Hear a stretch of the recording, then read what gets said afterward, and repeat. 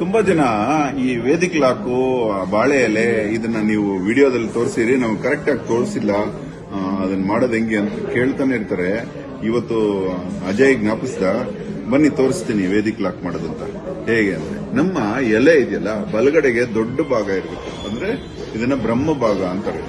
ಬಲಗಡೆಗೆ ಇದು ನಮ್ಮ ಎಡಗಡೆಗೆ ಶಿವಭಾಗ ಇರುತ್ತೆ. ಶಿವಭಾಗ ಅಂದ್ರೆ ಕೊನೆ, ಅಂದ್ರೆ ಈ ಕೊನೆ ಶಿವನ ಲಿಂಗದ ಕೊನೆ ಇದ್ದಂಗೆ. ಇದು ಆಕ್ಚುಲಿ ವಿಷಭಾಗ ಅಂತ ಇದನ್ನ ಕಟ್ ಮಾಡ್ತಾರೆ. ಇಲ್ಲಿ ಬ್ರಹ್ಮಭಾಗನ ಬಾಲಭಾಗ ಅಂತ ಕಟ್ ಮಾಡ್ತಾರೆ. ಇದು ಮಧ್ಯದಲ್ಲಿರೋದು ವಿಷ್ಣು ಭಾಗ. ಈ ವಿಷ್ಣು ಭಾಗದಲ್ಲಿ ನಮ್ಮ ನ್ಯೂಟ್ರಿಷನ್ ಇರುತ್ತೆ, ಇದರಲ್ಲಿ ತುಂಬಾ ಅಮೃತ ಇರುತ್ತೆ. ಹೀಗೆ ಈ ಅಮೃತ ನಮಗೆ ಸೇರ್ಲಿ ಅಂತ ಎಲೆಯಲ್ಲಿ ಈ ಭಾಗದಲ್ಲಿ ಅನ್ನ ತಿಂತೀವಿ. ಆದ್ರೂ ಈ ದೊಡ್ಡ ಭಾಗ ಇದೆಯಲ್ಲ, ಈ ದೊಡ್ಡ ಭಾಗದಲ್ಲಿ ರೈಟ್ ಸೈಡ್ ಬರುತ್ತೆ, ಅಲ್ಲಿ ಈ ಸಾರು ಚೆಲ್ಲಬಾರ್ದು ಅನ್ನೋ ಒಂದು ಭಾವನೆಯಿಂದ ಇದನ್ನ ಒಂದು ತಟ್ಟೆ ಆಕೃತಿ ಮಾಡಬೇಕು ಅಂತ ಈ ವೇದಿಕ್ ಲಾಕ್ ಮಾಡ್ತಾರೆ. ಬನ್ನಿ, ಈ ಲಾಕ್ ಇದೆಯಲ್ಲ, ಈ ಎಲೆನ ಹೀಗೆ ತಗೊಂಡು, ಈ 2 ಬೆರಳು ಹೀಗೆ ತಗೊಂಡು ಈ ಎಲೆನ ಹೀಗೆ ಮಡಚ್ಕೊಳ್ಳಿ. ಈಗ ಜಸ್ಟ್ ಫಸ್ಟ್ ಭಾಗ ಹೀಗೆ ಮಡಚ್ಕೊಂಡು ಹೀಗೆ ಮಾಡಿಕೊಂಡು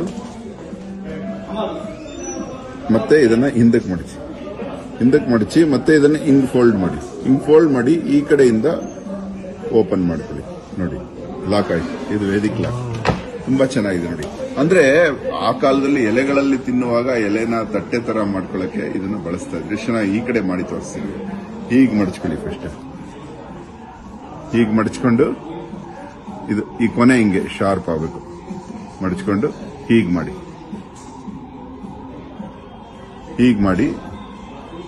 ಹೀಗೆ ಮತ್ತೆ ಇದನ್ನ ಹಿಂದಕ್ಕೆ ಮಡಚಬೇಕು.